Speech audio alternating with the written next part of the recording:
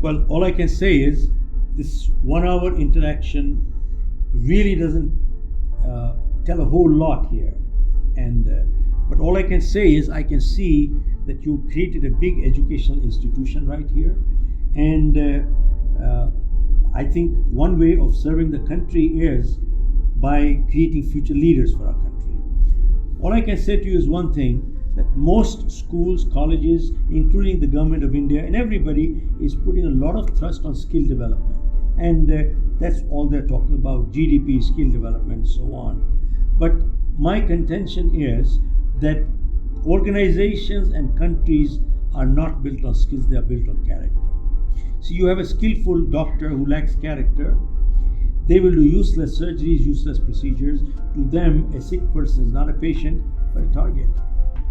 To a skillful lawyer who lacks character, matter can be resolved in 5 hearings, will take 55 hearings. They will squeeze you out. A skillful judge who lacks character will give you judgments, no justice.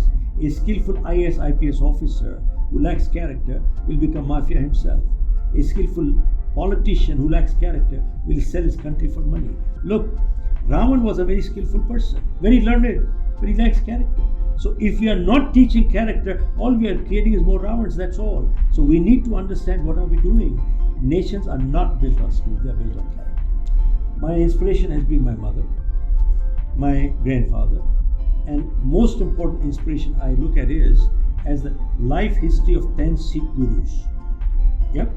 You see, the 10 Sikh guru, what I liked about them was they had integrity, they practiced integrity, but they also had the guts to pull out weapon and fight and protect integrity. Look, we in life, to be a positive person, we need to develop an antenna to attract what? Positive thoughts. But then negative thoughts keep coming also. So what do we need? We need to have a circuit breaker. The moment a negative thought comes, bang, circuit breaker should disconnect.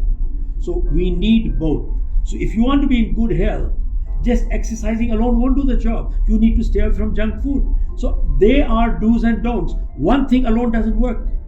So we have to attract positive things and yet stay away from negativity. And that's the key.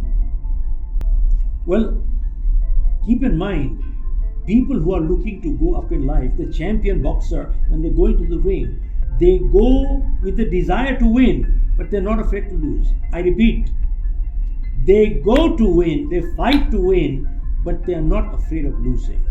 And that is the key. So keep in mind, some of the greatest masters today were the greatest disasters when they started. So when people start off, they're not the same. Bruce Lee was not the same. Bruce Lee did not have the skill to fight, but he had the great will. See, his will was strong and he learned the skill gradually. That's how it works. Same thing, Michael Phelps. He didn't know the skills, he didn't know how to swim properly, but you see, he had the will. But then the will got him and the skill came out later. So keep in mind, to succeed in life, we need both skill and will. One without the other will not do the job. But between the two, will is a little more important than the skill. Why? Because when the champion boxer was knocked down and he was lying on the floor and the referee was counting him out, at that time, he said, it was not my skill that picked me up. What skill? He already beat me. It was my will that picked me up. Which said to me, get up one more time, get up one more time, get up one more time, and get up one more time. It is a skill plus will that does the job. You know something, today, there are many skillful people who are incompetent. You know why? Because they lack the will. They have the skill, but they lack the will. And keep one thing in mind, that, see, skill is an ability. Now, ability is important, but dependability is crucial. If you have a person with all the ability in the world, but if they are not dependable, do you want them? Answer is no. So keep in mind, ability without dependability is a liability. And that is what we need to teach and understand today. And sadly, today's generation, they are missing this component. They're good at technology. They're very good at technology. But you know what? They're uncomfortable with people. They're uncomfortable with people. And it doesn't work that way. Life doesn't go. And AI is coming very strongly here. And many people are saying 50% of jobs are going to be lost. But you know something? Which jobs are going to be lost? At the same time, even today, There was a survey conducted, only 13% of people who go to work actually do work. Only 13%. So if they are losing job, you're not losing anything. They're not working anyway. But people who are genuine, who are using their mind, they will be there, they will be here for all times to come. And that is the key. Look, what your question is, how do you build our willpower and how do we maintain willpower? How do we stay motivated? People like me, do I get demotivated? Answer is yes, I do get demotivated. Then what do? I read my book. And in fact, every day I read or listen to 1 hour, 1.5 hour of good audio, video or my book somewhere, 1 hour per day. See, this is like an athlete. When they stop practicing, does the stamina remain the same or go down? It goes down. So to maintain it, they need to continue. Similarly, just the way our bodies need food every day, our minds need positive thoughts every day. Otherwise, we all slip back. We all fall back. So if you feed your body with junk food, what will happen? You'll fall sick. Similarly, if you feed your mind with negative thoughts, it'll fall sick. So that means mind does not need thoughts, it needs positive thoughts. See, motivation is like fire. Unless you keep adding fuel, it dies. See, just like your mobile charger that you have, your battery in your mobile. If you don't charge it, it dies. Do you wait for it to be dead before you charge again? No. Before it dies, you charge again. So you don't let it die. Keep running the process ongoing. And that's how to stay on track. I will only say one thing. Today, most of your youth talks about competition. What about competition? You know something? I was addressing a mixed group, doctors, engineers, attorneys, accountants. And I said, never in the history of mankind has it been so easy to succeed in life the way it is today.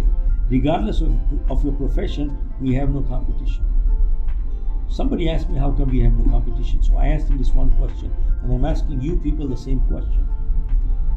How many people do you know right now walking off the street who are willing to do a little bit more than what they get paid for? How many? Answer is hardly any. Most people don't even want to do what they get paid for. There's a second big category of people who only want to do what they can get by with. There's a very small fraction of people who are willing to do a little bit more than what they get paid for. And I asked him, if you fall into that small fraction, tell me where's your competition? I don't care what your profession is. Where's your competition? You become the competition. You have no competition. Today, you can't even find a good accountant. You can't find a good attorney. You can't find a good carpenter. You can't find a good plumber. You can't find a good anything. Question is, are you willing to do a little bit more than what you get paid for? Go check out the life histories of people and organizations that have succeeded and then sustained success and then maintained goodwill. They all have lived by one principle, and that is, I shall always give more than what I get to my family. I shall always give more than what I get to my organization. I shall always give more than what I get to my customer. And I shall always give more than what I get to my country. Tell me, if you live by this one principle, tell me where's your competition? You got none. You become the competition. You have no competition.